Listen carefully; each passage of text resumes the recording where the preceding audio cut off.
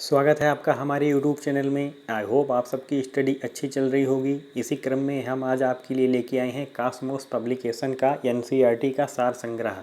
इसके राइटर हैं महेश कुमार बर्णवाल। ये काफ़ी फेमस ऑथर हैं और सभी स्टूडेंट इसको पढ़ना प्रेफर करते हैं। हम जनरल साइंस सेक्शन से अपनी इस सीरीज की शुरुआत करते हैं और इसके अंतर्गत हम बायोलॉजी से स्टार्ट करते हैं। हम आपको कंप्लीट बायोलॉजी के A to Z one liner 2 video में कराएंगे, तो ये पार्ट 1 है। चलिए शुरू करते हैं। फर्स्ट क्वेश्चन हमारा यहाँ पे है, जैव कोशिका के किस कोशिकांग को ऊर्जा का पावर हाउस कहा जाता है? तो माइटोकॉन्ड्रिया को बोला जाता है। काफ़ी फेमस क्वेश्चन है। नेक्स्ट वन लाइनर है, हमारे तंत्र में अधिकतम एटीपी की अणुओं को उत्पन्न करने वाले पद का क्या नाम है? तो इसको क्रेब्स साइकिल बोलते हैं। यहाँ पे ध्यान देने वाली बात है एटीपी का फुल फॉर्म होता है एडेनोसिन ट्राइफॉस्फेट। इस बात को आप लोग ध्यान रखिएगा, ये आप काफ़ी बार अक्सर पूछ लिया जाता है। नेक्स्ट वन लाइनर है, प्लाज्मा झिल्ली किन पदार्थों से बनी होती है? तो प्रोटीन तथा लिपिड से बनी होती है। मानव शरीर के किस अंग में लसिका कोशिकाएं लिम्फोसाइट सेल्स पाई जाती हैं? तो प्लीहा में पाई जाती हैं।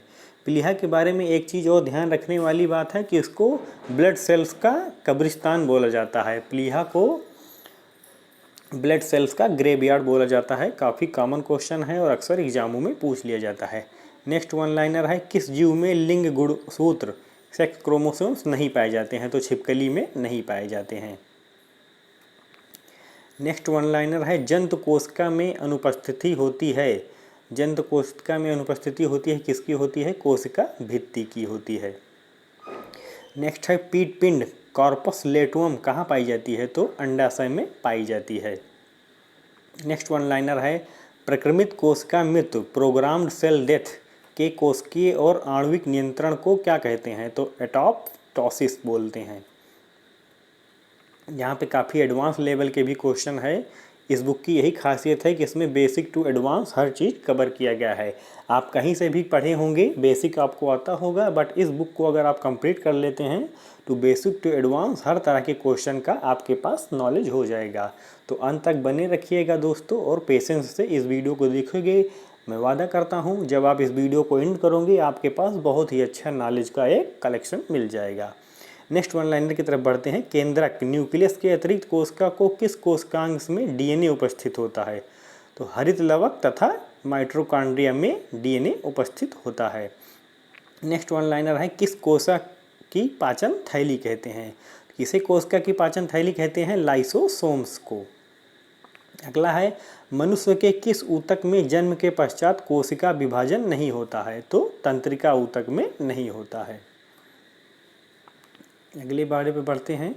कौन सा पादप भाग जंतु कोशिका में पाया जाता है? कोशिका झिल्ली, कोशिका द्रव तथा केंद्रक, ये तीनों जंतु कोशिका में पाए जाते हैं। हाइपरप्लासिया का क्या अर्थ होता है?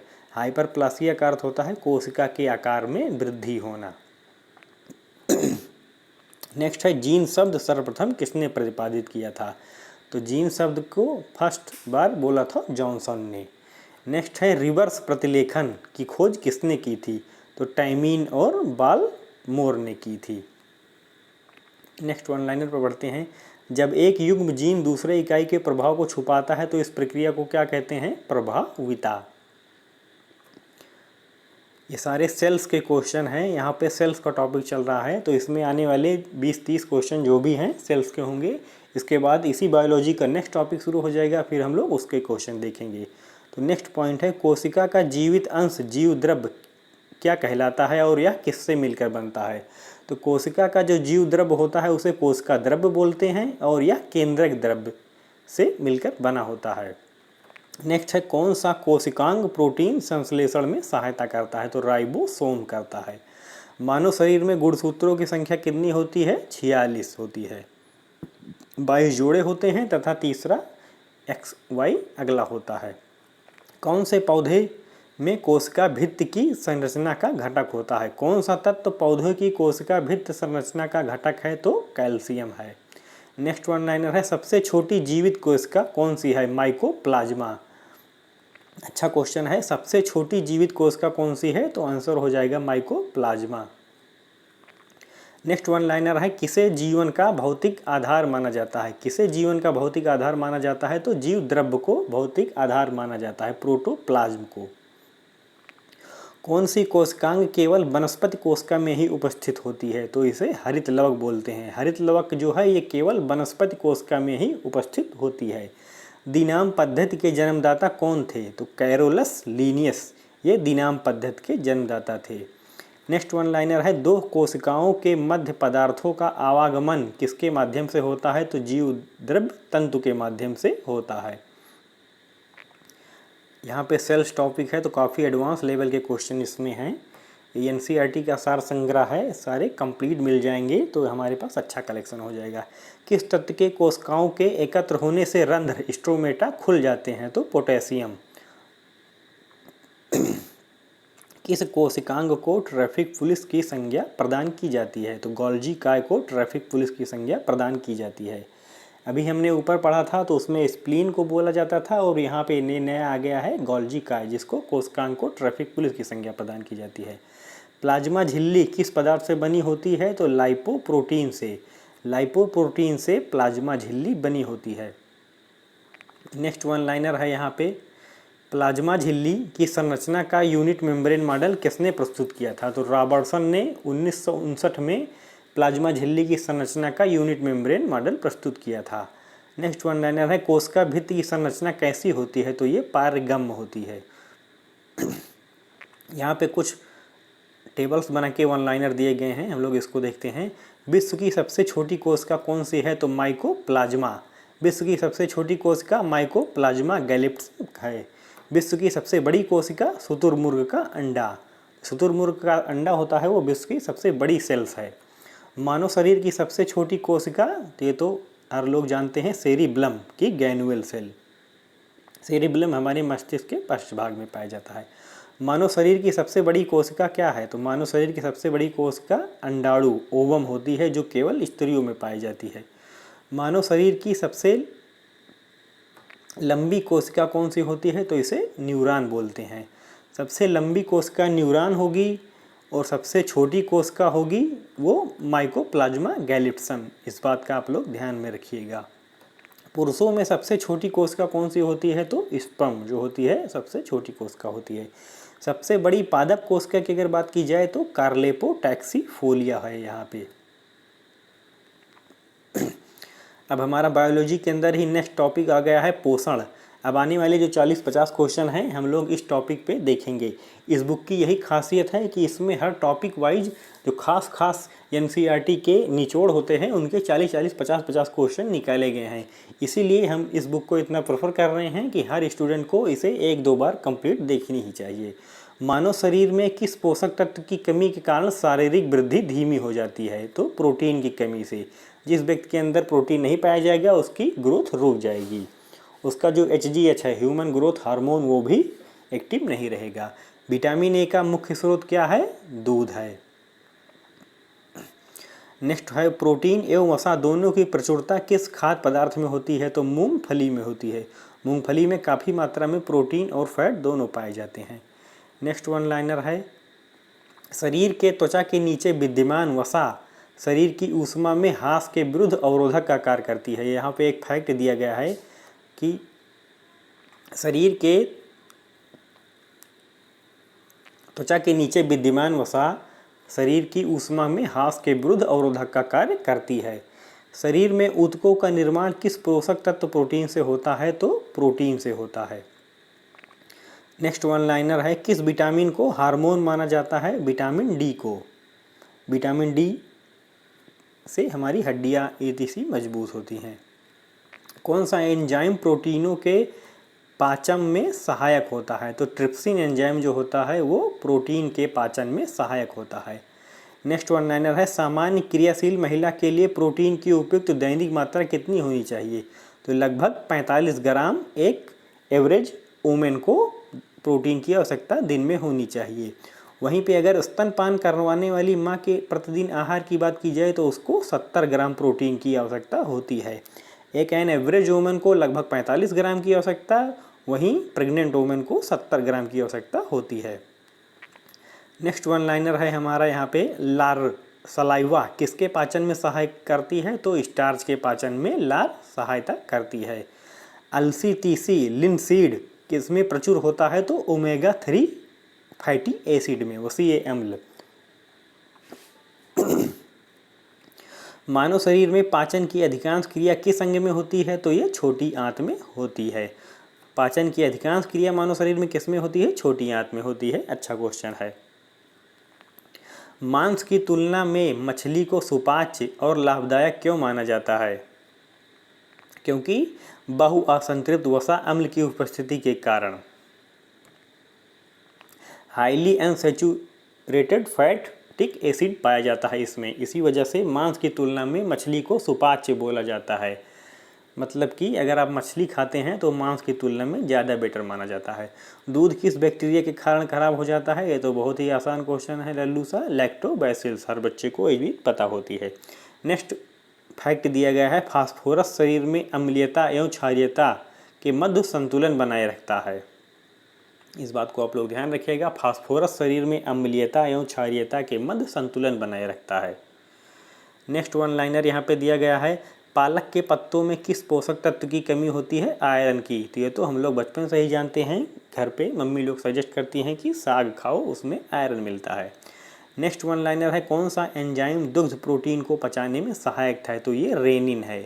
एंजाइम भी होते हैं, पेप्सिन हो गए, रेनिन हो गए, ये सब एंजाइम्स के प्रकार हैं। नेक्स्ट वन लाइनर है, मानव शरीर में विटामिन ए किस अंग में भंडारित होता है? तो ये यकृत में भंडारित होता है। लीवर में विटामिन ए पाया स्टोरेज होता है। नेक्स्ट वन लाइनर है, अधिकांश प्राणियों के जीवित पदार्थ का लगभग 80% पदार्थ क्या है? तो ये प्रोटीन है।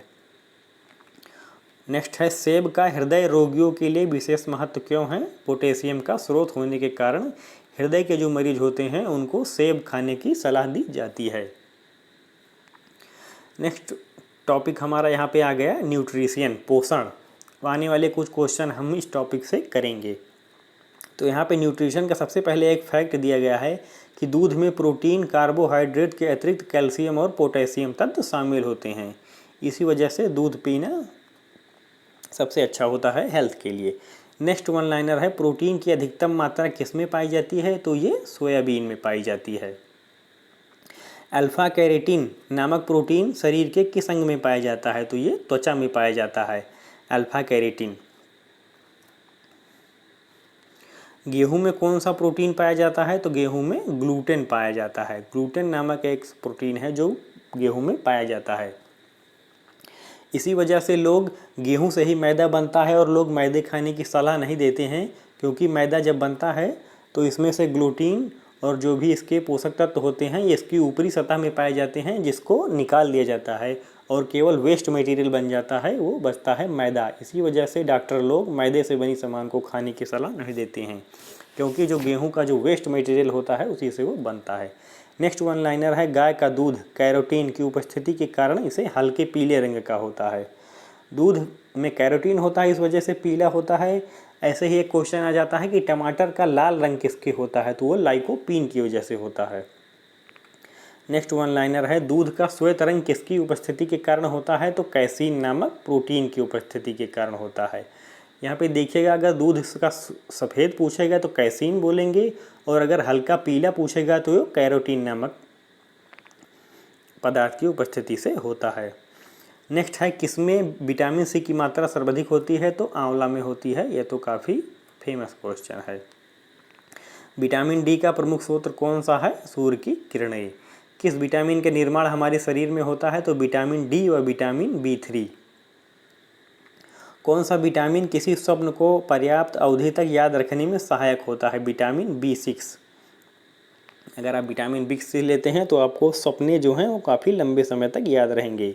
वैसे सपने के बारे में एक फैक्ट और भी है कि मानव अपने जीवन में देखे हुए 90% सपने को हमेशा भूल जाता है। केवल 10% सपने ही उसे याद रहते हैं, वो भी बहुत ही थोड़े दिनों के लिए। नेक्स्ट वन लाइनर है, सब्जियों से मुख्यतः हमें प्राप्त होता है। तो क्या प्राप्त होता है? विटामिन प्राप्त होते हैं। एक गिलास पानी पीने से कितनी कैलोरी मिलती है? तो 0। पानी में कोई कैलोरी नहीं होती है। बासमती चावल के दाने पकाने पर लंबे क्यों हो जाते हैं? ये देखिए काफ़ी व्यवहारिक क्वेश्चन है एमाइलेज की उपस्थिति के कारण। कौन सा दूध में कौन सा सैकेराइड उपस्थित होता है? तो लैक्टोज होता है।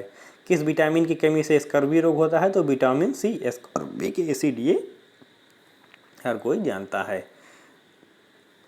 नेक्स्ट वन लाइनर है हेपेटाइटिस मानव शरीर के किस अंग को प्रभावित करता है? तो यकृत को प्रभावित करता है। किसके संश्लेषण में विटामिन के की विशिष्ट भूमिका होती है? प्रोथैम्बीन के संश्लेषण में विटामिन के की भूमिका होती है। हम आपको जल्दी जल्दी फ्रेंड्स करा रहे हैं ताकि कम समय में आपका रिवीजन हो जाए। पौधों एवं जंतुओं में कार्बोहाइड्रेट का संचयन किस रूप में किया जाता है? तो पौधों में स्टार्च के रूप में तथा जंतुओं में ग्लाइकोजन के रूप में। पौधों में कार्बोहाइड्रेट का संचरण स्टार्च के रूप में होता है, जबकि जंतुओं में ग्लाइकोजन के रूप में होता है। नेक्स्ट वन लाइनर की तरफ बढ़ते हैं। विटामिन होते हैं, आवश्यक होते हैं कार्बनिक यौगिक जिनका संश्लेषण शरीर में नहीं होता है। नेक्स्ट है कैसिमिर फंक ने किस पोषक तत्व की खोज की? तो विटामिन की खोज की। अगर आपसे पूछ लिया जाए विटामिन की खोज किसने की, तो कैसिमिर फंक ने विटामिन की खोज की थी। विटामिन ए संपन्न किस खाद्य पदार्थ में है? तो ये जितने भी बीटा कैरोटीन वाले ए वाले हैं ये सभी कॉड, लीवर ऑयल, शकरकंद, गाजर, पाइलक, स्पाइनच, इन सब में विटामिन ए पाया जाता है। मनुष्य में विटामिन ए की कमी से रतौंधी, शारीरिक वृद्धि व भार की कमी, कॉर्निया तथा स्किन डिसीज उत्पन्न हो जाते हैं। ये विटामिन ए के बारे में थोड़ा सा फैक्ट दिया गया है। विटामिन B12 का रासायनिक नाम क्या है? तो साइनोकोबालामीन दिया है। जितने रासायनिक नाम वाले क्वेश्चन हैं बहुत ही इंपॉर्टेंट हैं और हर एग्जाम में अक्सर रिपीट होते रहते हैं, तो इनको अभी हमें भी आगे कराएंगे, आप लोग अच्छे से ध्यान रखिएगा। नेक्स्ट वन लाइनर है खट्टे फलों में कौन सा विटामिन पाया जाता है? तो विटामिन सी पाया जाता है।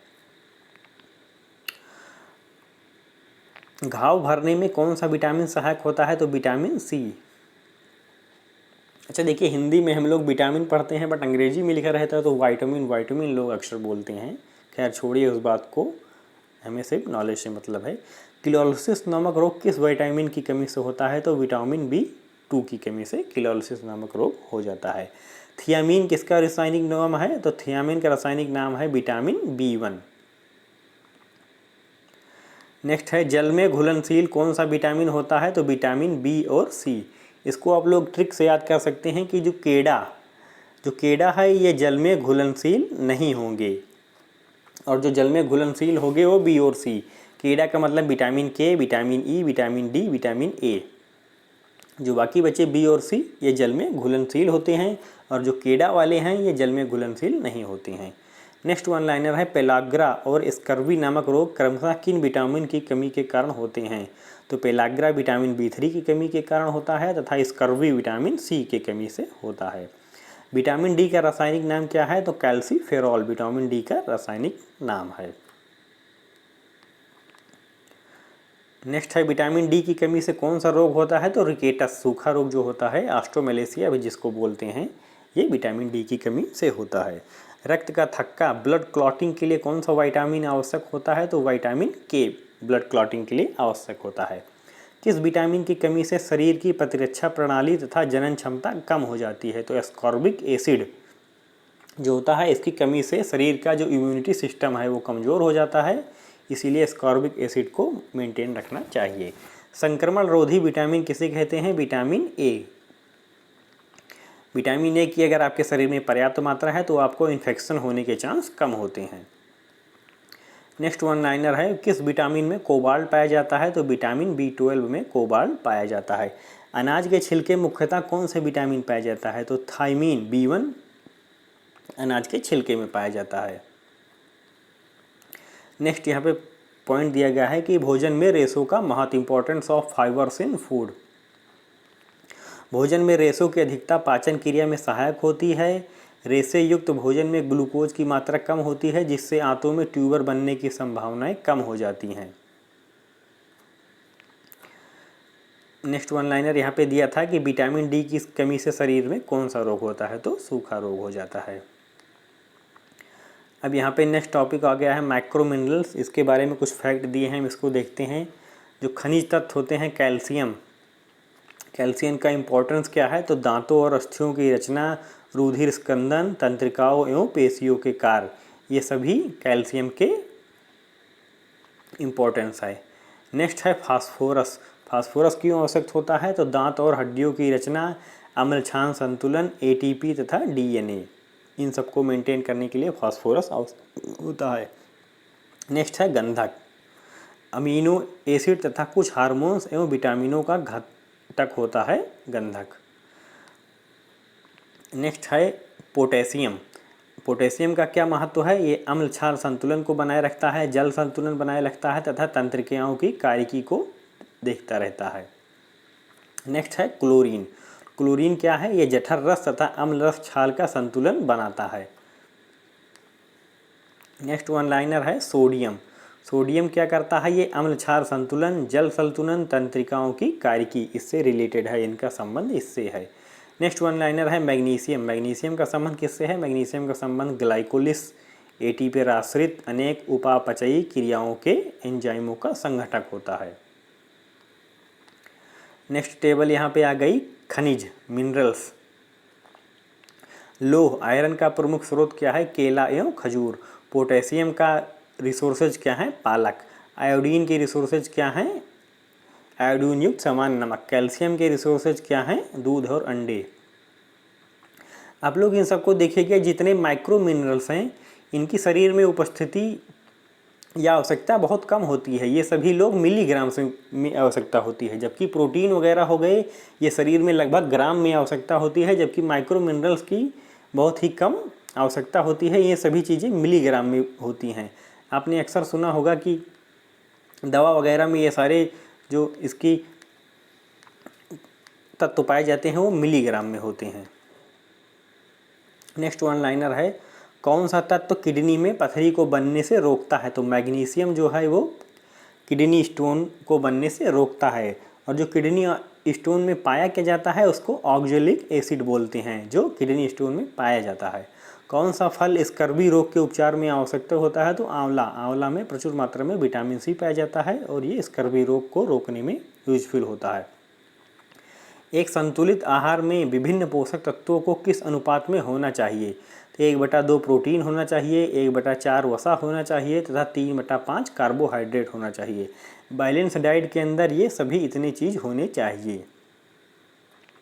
नेक्स्ट वन लाइनर है, किस पोषक तत्व से प्रति ग्राम सर्वाधिक ऊर्जा प्राप्त होती है, तो फैट जो है इससे एनर्जी ज़्यादा मिलती है। नेक्स्ट है, किसकी कमी से क्रिटिज्म मंद बुद्धि एवं बौना रोग हो जाता है, तो आयोडीन की कमी से ड्वार्फपन बौनापन आ जाता है। नेक्स्ट है, कौन सा विटामिन शरीर से रोगों की प्रतिरक्षा प्रदान करता है, तो जो है विटामिन ए।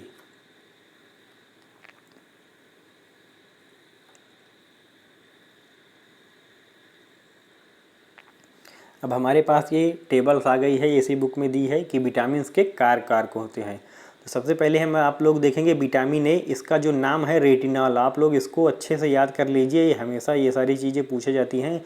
विटामिन ए का जो साइंटिफिक नेम है उसको रेटिनॉल कहते हैं। इसके स्रोत जो हैं ये फल वगैरह हो जाते हैं, ये इतना इम्पोर्टेंट नहीं है। और विटामिन ए का नाम रेटिनॉल हो गया। और जो सेकंड इम्पोर्टेंट थिंग है ये कि इसकी कमी से क्या होता है, तो कार्निया एवं त्वचा की कोशिकाओं का विकास रुक जाता है विटामिन ए की कमी से। नेक्स्ट है विटामिन डी। विटामिन डी का साइंटिफिक नेम है कैल्सीफेरॉल। और विटामिन डी की कमी से क्या होता है, सूखा रोग हो जाता है जिसे ऑस्टियोमैलेसिया बोलते हैं, और बच्चों में रिकेटस वयस्क हो जाता है। नेक्स्ट है विटामिन ई। विटामिन ई को बोलते हैं टोकोफेरॉल, और इसकी कमी से क्या होता है, जनन क्षमता में कमी हो जाती है।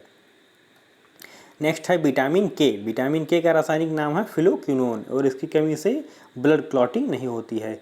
सो जो यहाँ पे मोस्ट इम्पॉर्टेंट चीज़ है ये यही है कि हमें इन सारी चीज़ों का साइंटिफिक नेम याद करना है। विटामिन ए का रेटिनॉल, विटामिन डी का कैल्सीफेरॉल, विटामिन ई का टोकोफेरॉल, विटामिन के का फिलोक्विनोन, और इससे रिलेटेड बीमारियाँ।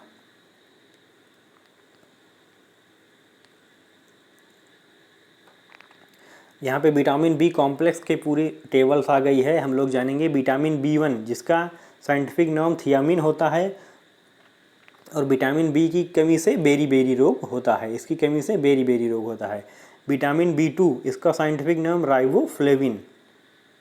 आप लोग देखिए जो इनके रिसोर्सेज हैं ये तो सभी में कॉमन पाए जाते हैं, तो इनको कोई बहुत ज़्यादा ज़रूरत पड़ने की नहीं है। आप इतना ध्यान रखिए कि विटामिन B2 का साइंटिफिक नेम राइबोफ्लेविन, और इसकी कमी से कौन सा रोग होता है तो किलोसिस रोग होता है। विटामिन B3 निकोटिनिक एसिड इसका साइंटिफिक नेम है, और इसकी कमी से पेलाग्रा रोग होता है। Vitamin B5 pantothenic acid, vitamin B6 pyridoxine, vitamin B7 biotin.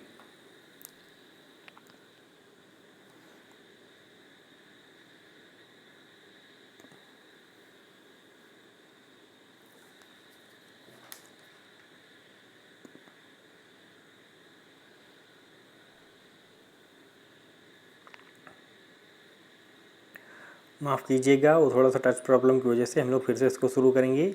तो हम लोग यहीं पर थे, विटामिन B को थियामिन, विटामिन B2 को राइबोफ्लेविन, विटामिन B3 को निकोटिनिक इल्म, विटामिन B5 को पेंटोथेनिक एसिड, विटामिन B6 को पायरोडॉक्सिन और विटामिन B7 को बायोटिन बोलते हैं।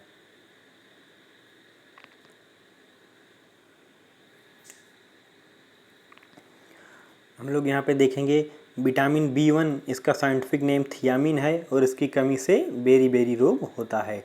विटामिन B2 इसका साइंटिफिक नेम राइबोफ्लेविन है, और इसकी कमी से किलोसिस रोग होता है।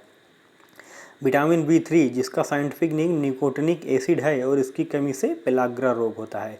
विटामिन B5 जिसको पेंटोथेनिक एसिड बोलते हैं, और इसकी कमी से चर्म रोग होता है, वृद्धि कम होते हैं, बाल सफ़ेद, जनन क्षमता की कमी।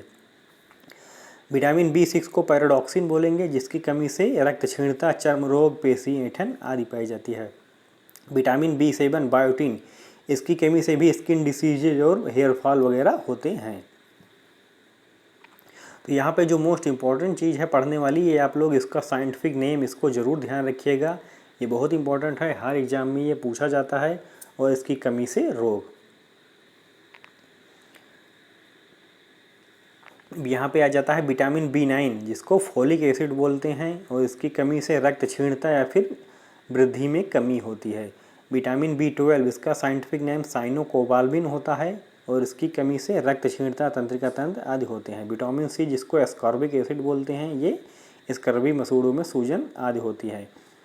यहाँ पे एक और इम्पॉर्टेंट फैक्ट दिया गया है, विटामिन K जिसका रासायनिक नाम फिलोक्विनोन है, जिसका कार्य रक्त स्तंदन करना तथा यकृत के प्रदूषण का निर्माण करना है। इसी में हमारा नेक्स्ट टॉपिक आ गया है, जिसका नाम है पादपों की आकारिकी। बायोलॉजी के अंदर का टॉपिक है, तो चलिए इसको देखते हैं। पादपों में किस संरचना के द्वारा जल ऊपर चढ़ता है तो जाइलम के द्वारा। एक बीज किसके अभाव में अंकुरित हो सकता है तो ये पर्याप्त प्रकाश के अभाव में अंकुरित हो सकता है। प्रकाश संश्लेषण की दर किस प्रकाश में अधिक होती है तो लाल कलर में फोटोसिंथेसिस अधिक होता है। जीवाणुओं द्वारा नाइट्रेट को वायुमंडलीय नाइट्रोजन में परिवर्तन करने की प्रक्रिया क्या कहलाती है तो विनाइट्रीकरण कहलाती है। नेक्स्ट पॉइंट है, किस क्रिया के दौरान सौर ऊर्जा रासायनिक ऊर्जा में परिवर्तित होती है तो प्रकाश संश्लेषण के दौरान। वृद्धिरोधक हार्मोन के रूप में कार्य करते हैं तो एब्सिसिक एसिड व एथाइलिन। ग्रोथ हार्मोन को बोलते हैं एब्सिसिक एसिड व एथाइलिन। नेक्स्ट है, पुष्पित पौधों के बीज किसके बने होते हैं तो भ्रूण, खाद्य संग्रह तथा आवरण के। प्रकाश संश्लेषण पादपों के किस कोशिका का होता है तो क्लोरोप्लास्ट से होता है। नेक्स्ट वन लाइनर यहाँ पे हमारा दिया गया है, यदि हम केचुए अथवा जोक पर नमक छोड़ते हैं तो वह क्यों मर जाते हैं। इसका कारण है परासरण प्रघात के कारण, डिप्लोस्मोसिस के कारण। केचुए अथवा नमक पर नमक छिड़क देते हो तो वो मर जाते हैं। नेक्स्ट है, कौन सी फसल मिट्टी को अतिरिक्त नाइट्रोजन प्रदान करती है तो मटर। मटर की खेती से मिट्टी को अतिरिक्त नाइट्रोजन मिलता है। नेक्स्ट है, कौन सा तत्व पौधे के विकास में आवश्यक नहीं है तो सोडियम। सोडियम जो है वो पौधों के विकास में आवश्यक नहीं है। नेक्स्ट है, वर्मी कंपोस्ट क्या है तो ये एक कार्बनिक जैव उर्वरक है। नेक्स्ट की तरफ बढ़ते हैं, किस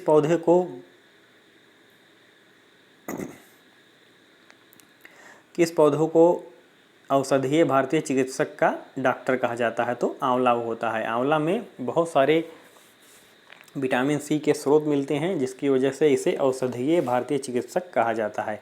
अफीम पौधे के किस प्रकार के भाग से प्राप्त किया जा सकता है? तो ये फूल से प्राप्त किया जाता है। अफीम जो है ये फूल का एक भाग होता है। सबसे पहले बनने वाला प्राथमिक जाइलम तत्व को क्या कहते हैं? तो इसे प्रोटोजाइलम कहते हैं। कॉफ़ी पौधे के किस भाग से प्राप्त होती है? तो बीज से प्राप्त होती है। जो कॉफ़ी है वो इसका बीज होता है। नेक्स्ट है रेशम के कीट सामान्यतः किस पेड़ पर पाए जाते हैं? तो शहतूत पे पाए जाते हैं, मलबेरी। इसको इंग्लिश में भी शहतूत को मलबेरी बोलते हैं। और रेशम कीट पालन को क्या बोलते हैं? सेरीकल्चर। नेक्स्ट टॉपिक आ गया है हमारा बायोलॉजी के अंदर प्लांट मार्फोलॉजी। वही है ये, भूमि की उर्वरकता को घटाने वाला जीवाणु कौन सा है? तो थायोबैसिलस डिनाइट्रिफिकेंस। काफ़ी अच्छे क्वेश्चन है एडवांस लेवल के इसमें, बट हम लोग इसको देख लेंगे। जीवाणु में प्रकाश संश्लेषण क्रिया में हाइड्रोजन दाता सामान्यतः कौन होता है? तो हाइड्रोजन सल्फाइड होता है। किस समूह के पौधों के जीवन चक्र में 2 स्वतंत्र पीढ़ियों का एकांतरण होता है? तो टेरिडोफाइट्स में होता है।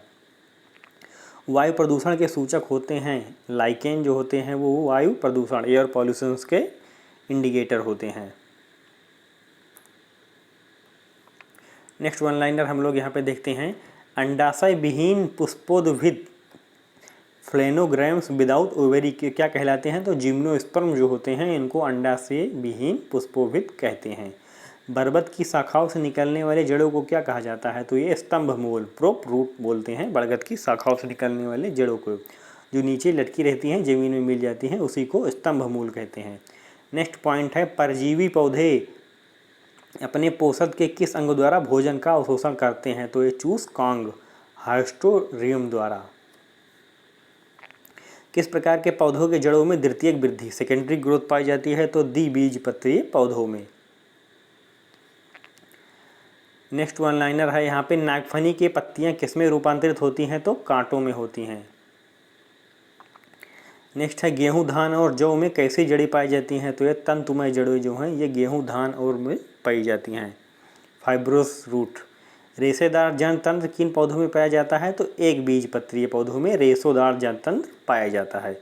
कौन सा मरोदभित पौधा उत्तर प्रदेश के मैदानी क्षेत्रों में पाया जाता है? तो एकेसिया। पुष्प का सहायक अंग किसे कहते हैं? तो बाह्य दलपुंज एवं दलपुंज को कहते हैं। नेक्स्ट टेबल है हमारे पास दी है कि कौन सा जो पादप है लहसुन प्याज, इसका जो प्रयोग भाग है वो क्या होता है? तो ये सल्गकंद बल्ब होता है। जो लहसुन प्याज होता है वो उसको सल्गकंद होता है। हल्दी और अदरक जो होता है वो प्रकंद होता है, राइजोम। अरबी और जिमीकंद घनकंद कॉर्म होता है, तथा आलू जो है उसको कंद बोलते हैं या फिर स्तंभकंद ट्यूबर। नेक्स्ट पॉइंट है, हार्मोन्स विकर से भिन्न है क्योंकि हार्मोन्स उपापचयी क्रियाओं में पूर्णतः प्रयुक्त होते हैं।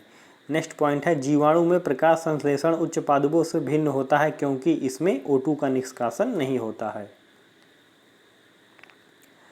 नेक्स्ट पॉइंट है, प्याज किसका परिवर्धित रूप है? तो तने का जो प्याज है वो ट्रांसफॉर्म रूप है। अब यही बायोलॉजी के अंदर नेक्स्ट टॉपिक हमारा आ गया है कंकाल तंत्र स्केलेटन सिस्टम। नेक्स्ट पॉइंट है, मानव भ्रूण में हृदय स्पंदन कब प्रारंभ होता है? तो विकास के चौथे या 5वें सप्ताह में हार्ट पल्सेशन स्टार्ट हो जाती है। मनुष्य की खोपड़ी में कितनी अस्थियां होती हैं? 29 अस्थियां होती हैं। प्रतिवर्ती क्रियाओं रिफ्लेक्स एक्शन का नियंत्रण केंद्र कहाँ होता है? तो कशेरु रज्जु स्पाइनल कॉर्ड में रिफ्लेक्स एक्शन का नियंत्रण केंद्र होता है। वयस्क मानव में कितनी अस्थियां होती हैं? तो 206 अस्थियां होती हैं। नेक्स्ट पॉइंट हमारा यहाँ पे है, नाखून काटते समय दर्द नहीं होता क्योंकि नाखून मृत कोशिकाओं के द्रव्य द्वारा बने होते हैं जिसमें रक्त संचरण नहीं होता है। हम लोग जानते हैं कि नेल्स में ब्लड सर्कुलेशन नहीं होता है, इसी वजह से उसको काटते समय पेन नहीं होता है। हमारे शरीर का सबसे दृढ़ भाग कौन सा है? तो दंतवल्क। जो हमारे दांतों का इनेमल है वो शरीर का सबसे कठोर भाग होता है। शल्य क्रिया में आर्थोप्लास्टी का कार्य क्या है? जोड़ का प्रतिस्थापन करना।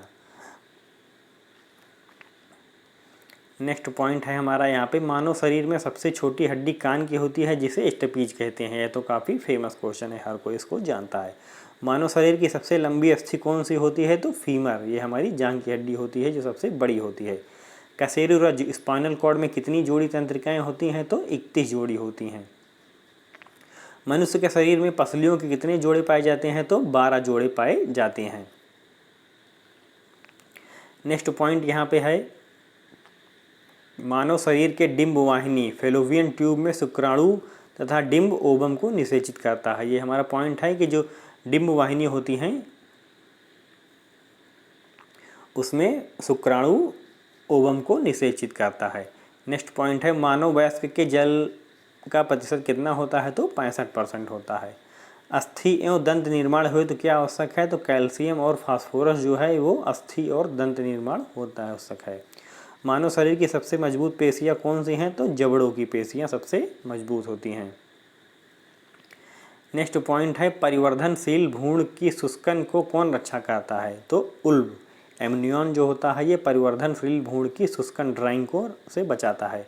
मानव के जीवन में कितनी बार दांत के 2 बार विकसित होते हैं? तो 20 दांत जो हमारे माउथ में होते हैं वो 2 बार विकसित होते हैं। ये हमारे स्केलेटन सिस्टम का आगे का है। मानव शरीर की सबसे बड़ी गुहा कौन सी है? तो कोलम या स्पाइनल गुहा मानव शरीर की सबसे बड़ी गुहा है। त्वचा पर चोट लगने के कारण इसका पुनरुद्भवन रीजनरेशन किसके द्वारा किया जाता है? तो घनाकार उपकला के द्वारा। कंडरा किसको जोड़ती है? तो पेशी की अस्थि से। स्नायु लिगामेंट किसको जोड़ता है? अस्थि से अस्थि को।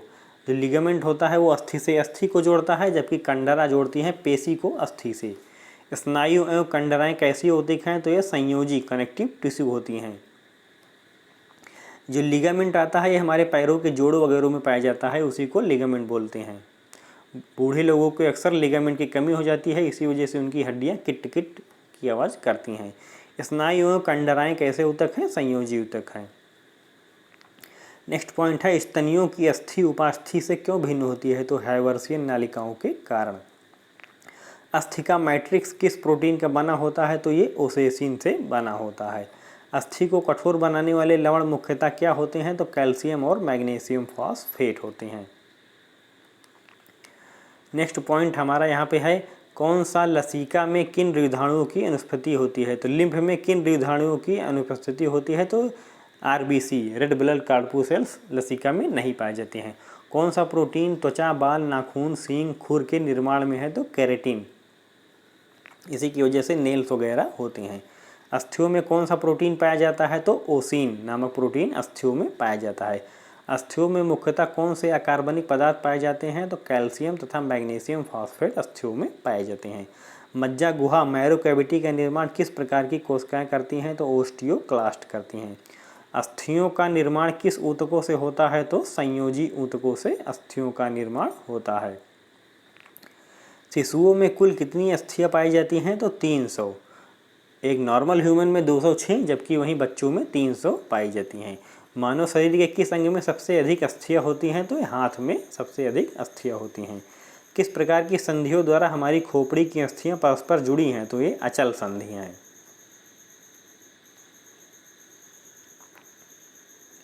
मनुष्य के कंकाल में कब्जा संधि का एक उत्कृष्ट उदाहरण किन अस्थियों की संधि में मिलता है? तो अल्ना तथा ह्यूमरस जो हैं ये कब्जा संधि हिंद जॉइंट का एक एग्जाम्पल है। इसी बायोलॉजी के अंदर हमारा नेक्स्ट टॉपिक आ गया है श्वसन तंत्र। इसके हम लोग क्वेश्चन देखते हैं।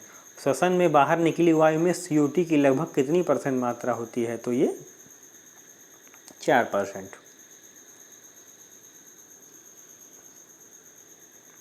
अधिकतर कीट किस प्रकार का श्वसन क्रिया करते हैं? तो श्वास नली प्रणाली के द्वारा। शीत निद्रा के दौरान मेढक किस अंग से श्वसन करता है? तो केवल त्वचा से करता है। यातायात पुलिस शराब के नशे वाले व्यक्ति की श्वास जैत के किस गैस के मिश्रण का प्रयोग करती है? तो पोटेशियम डाइक्रोमेट सल्फ्यूरिक एसिड। इसका उपयोग से आपके वो मुंह के सांस का भाप का सैंपल लेके शराब आपने पी है कि नहीं इसको जांच कर देते हैं।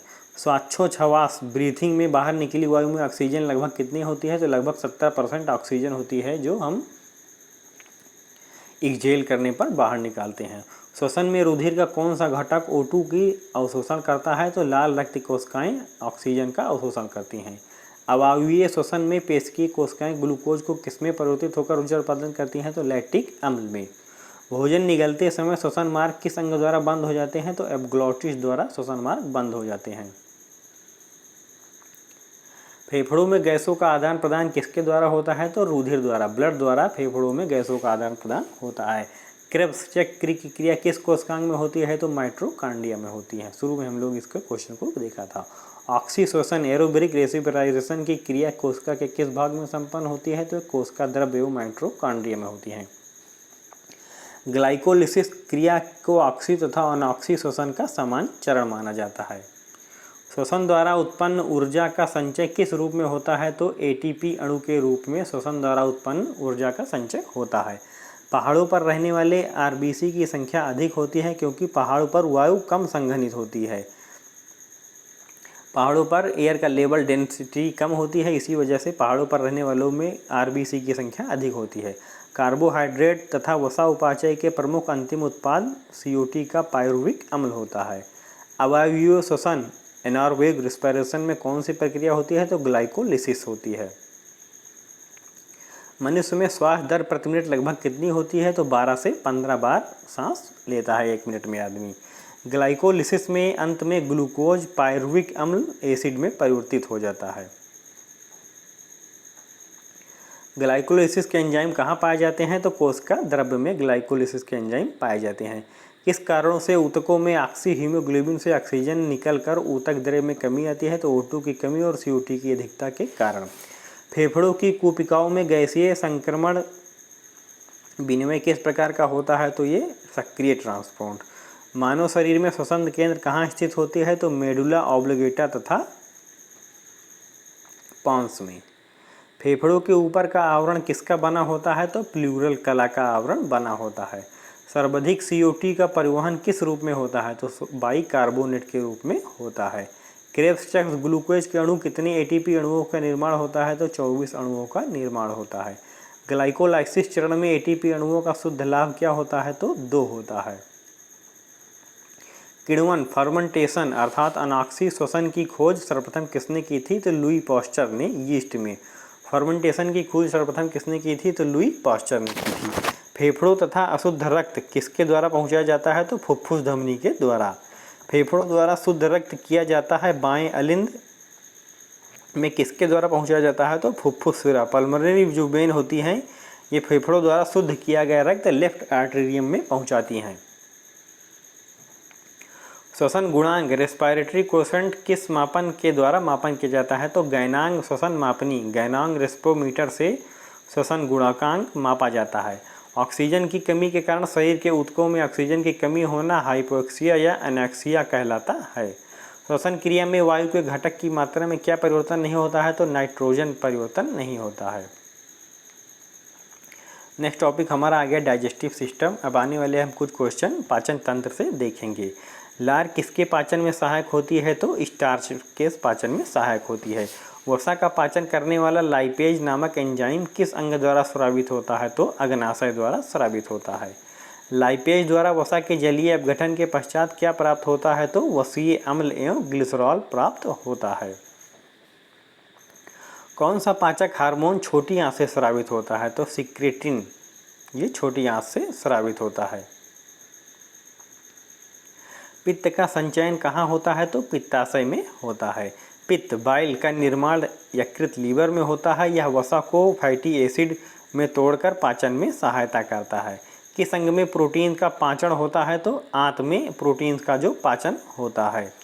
अमाशय की भित्ति में कौन सा हार्मोन स्रावित होता है? तो गैस्ट्रिन जो है ये अमाशय की भित्ति में सिक्रेशन इसका होता है। लार का टाइलिन एंजाइम किस माध्यम में क्रियाशील होता है? तो हल्के एसिडिक माध्यम में।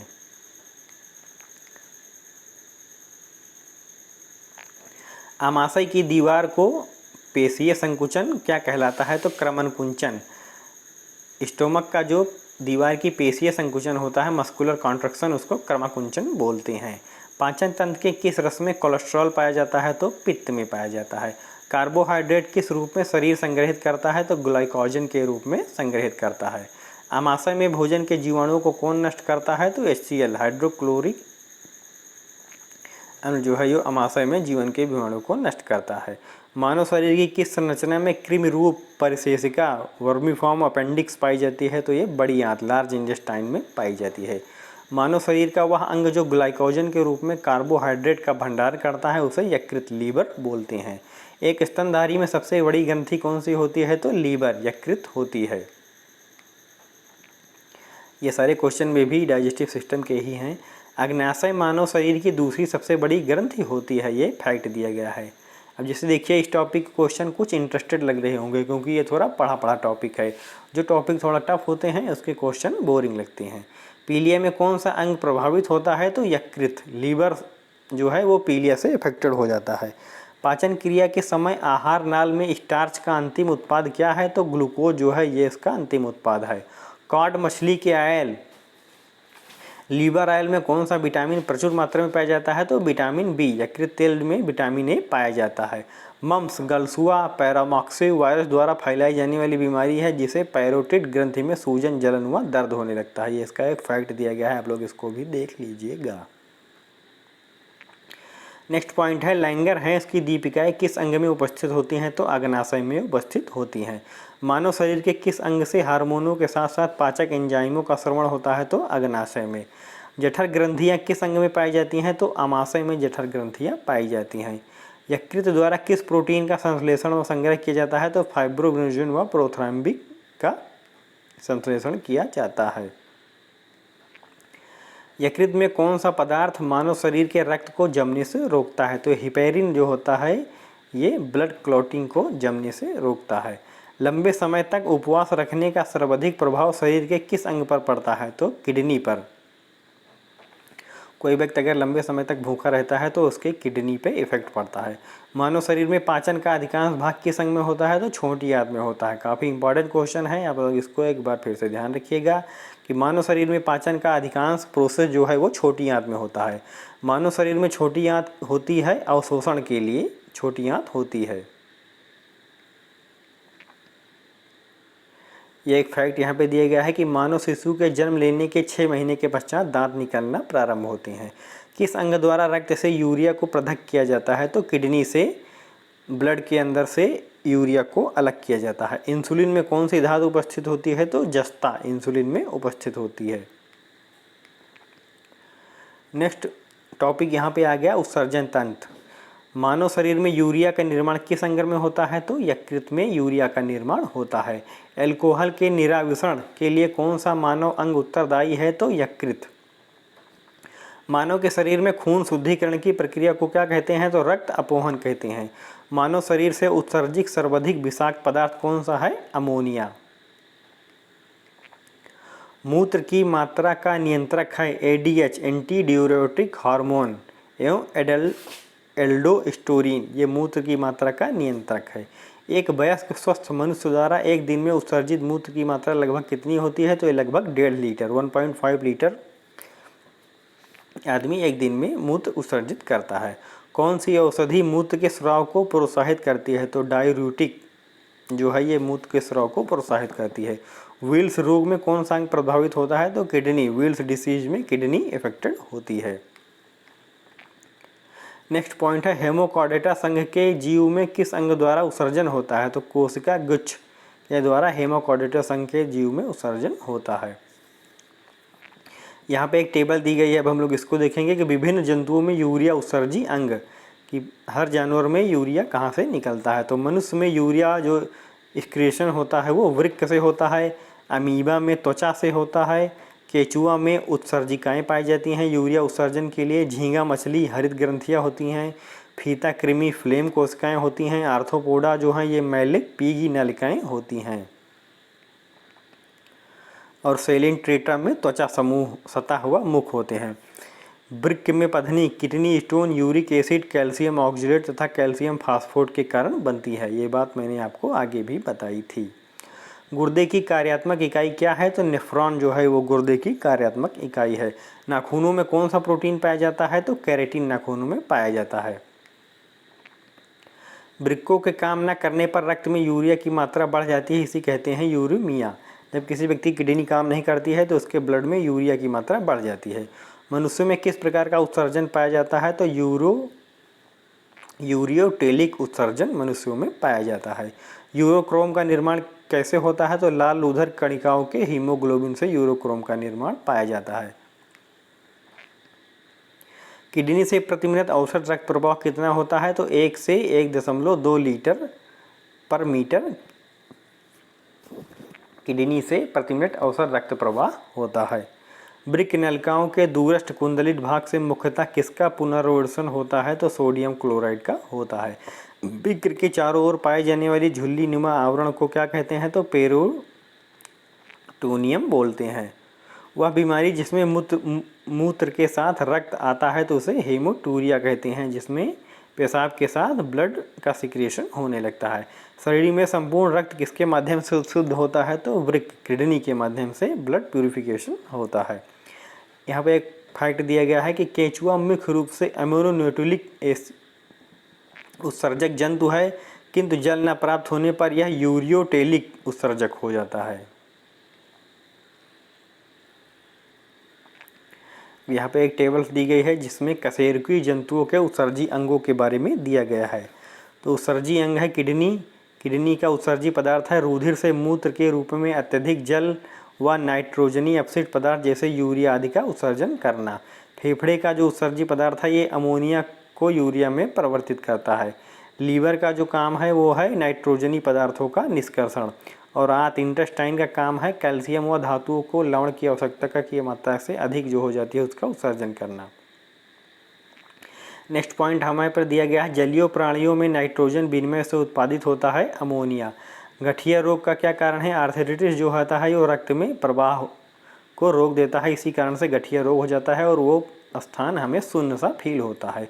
यूरिक एसिड का सोडियम यूरेटेट के क्रिस्टलों के रूप में जड़ों में एकत्रित होता है। अमाशय की दीवार का पेशीय संकुचन कहलाता है पेरिस्टोलिसिस।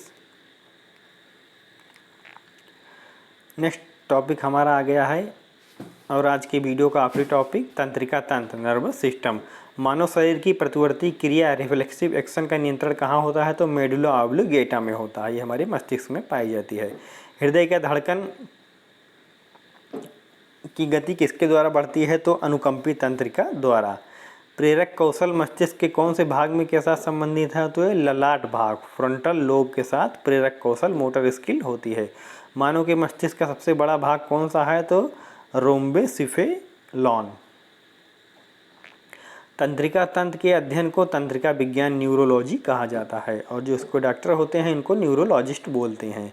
कम नींद आने के लिए किस चिकित्सा शब्दावली का प्रयोग किया जाता है? तो अनिद्रा, इनसोम्निया या फिर स्लीपलेसनेस। मस्तिष्क का कौन सा भाग गुरुत्वाकर्षण के विरुद्ध शरीर का समर्थन करता है? तो अंतराली केंद्रक। नेक्स्ट पॉइंट हमारा यहाँ पे है, औसतन एक समान मानव मस्तिष्क का भार कितना होता है? तो 1.36 किलोग्राम। शरीर में प्रतिवर्ती क्रियाओं का समन्वय कौन करता है? तो मेरुरज्जु करती हैं। सेरेब्रल पल्सी मस्तिष्क संबंधी विकार है जो सामान्यतः छोटे बच्चों में पाया जाता है। तंत्रिका तंत्र का विकास सर्वप्रथम किस जीव में होता है? तो हाइड्रा में होता है। मानव में कपालीय तंत्र क्रेनियल नर्व की संख्या होती है 12 जोड़ी। मनुष्य में मेरु तंत्रिकाओं की संख्या कितनी होती है? तो ये 31 जोड़ी होती है। मानव शरीर में भूख की तृप्ति मस्तिष्क के किस भाग द्वारा नियंत्रित होती है? तो हाइपोथैलेमस द्वारा। डिसलेक्सिया नामक बीमारी मानव शरीर के किस अंग से संबंधित है? तो मस्तिष्क से संबंधित है। शरीर के अन्य सभी अंगों की तुलना में किस अंग को ऑक्सीजन की सर्वाधिक आवश्यकता होती है? तो मस्तिष्क को होती है। सॉरी। तंत्रिका ऊतक का प्रमुख कार्य क्या है? तो उत्तेजनाओं को प्राप्त करना तथा मेरुरज्जु व मस्तिष्क के आवक को भेजना। नेक्स्ट और आखिरी स्लाइड हमारी है, भोजन ग्रहण के पश्चात आहार नाल की तरंग गति और इसकी दीवार ग्रंथियों का श्रावण का उत्तेजन किसके द्वारा नियंत्रित होता है? तो परानुकंपी तंत्र के द्वारा इसका उत्तेजन तरंग गति नियंत्रित होती है। कौन सा तंत्र हमारे शरीर में समन्वयन का कार्य करता है? तो तंत्रिका एवं अंतःस्रावी इंडोक्राइन ग्लैंड्स जो होती हैं ये हमारे शरीर में समन्वय का कार्य करते हैं, बैलेंस बनाते हैं। जो मनुष्य यह समझ नहीं पाता है कि उसे कब भोजन करना रोक देना चाहिए, वह किस रोग से पीड़ित है? तो बुलिमिया से पीड़ित है। जैविक घड़ी मानव शरीर के किस अंग में स्थित होती है? तो हाइपोथैलेमस में होती है। एपिथैलेमस किन ग्रंथियों से निर्मित होता है? तो पीनियल ग्रंथि, हैब्यूलिला। मानव शरीर का कौन सा भाग अल्जाइमर रोग से प्रभावित होता है? मस्तिष्क। मांसपेशियों के रेशों के आवयव संचरण के लिए किस पदार्थ की आवश्यकता है? सोडियम की। मनुष्य का मस्तिष्क कितनों भागों में विभाजित होता है? तो 3 भागों में, सेरिब्रम, सेरिबलम और ब्रेन स्टेम। न्यूरॉन का बाहर निकला हुआ लंबा भाग क्या कहलाता है? तो तंत्रिकांश, एक्सॉन कहलाता है। तंत्रिका कोशिकाओं के तंत्रिकांश में चारों ओर किस पदार्थ का आवरण पाया जाता है? तो मैलिन का पाया जाता है। सुई चुभाने पर किस अंग में पीड़ा का अनुभव नहीं होगा? मस्तिष्क में। मानव के जन्म के पश्चात किस अंग में कोशिका विभाजन नहीं होता है? तो तंत्रिका कोशिका में नहीं होता है। यहाँ पे टेबल दी गई है, इसका हम लोग यूजेज देखेंगे। सीटी स्कैन का यूज होता है शरीर में असामान्यता के लिए। इलेक्ट्रोकार्डियोग्राफ का यूज होता है हृदय के विकार में पता लगाने में। ऑटो एनालाइजर होता है जैव रासायनिक तत्वों की जांच में। पेसमेकर का यूज होता है हृदय की गति को नियंत्रित करने में। मानव मस्तिष्क का कौन सा भाग वृद्धि, स्मृतियों, तर्क का केंद्र होता है? तो सेरिब्रम होता है। आखिरी पॉइंट है, 2 तंत्रिका कोशिकाओं से मिलने को क्या कहते हैं? तो सिनेप्स कहते हैं। तो फ्रेंड्स, ये हमारा बायोलॉजी का पार्ट 1 कंप्लीट हो गया। नेक्स्ट पार्ट में हम पार्ट 2 लाए होंगे, जिसमें आप लोग सारे क्वेश्चन कर लेंगे। इसमें क्वेश्चन का लेवल काफ़ी अच्छा है। तो जो बेसिक है वो आप लोग कहीं ना कहीं से पढ़ ही लिए होंगे। एडवांस के लिए इसको ज़रूर देख लीजिएगा। किसी भी प्रकार का एग्ज़ाम हो जिसमें जनरल साइंस के क्वेश्चन आते हों, ये आपके लिए बहुत ही ज़्यादा बेनिफिशियल होंगे। और मैं वादा करता हूँ कि इसको पढ़ने के बाद आपको कहीं और पढ़ने की ज़रूरत नहीं होगी। अगर वीडियो अच्छा लगे तो चैनल को लाइक, शेयर व सब्सक्राइब करें। अभी हम नए हैं तो हमें आपके सपोर्ट की आवश्यकता है। धन्यवाद।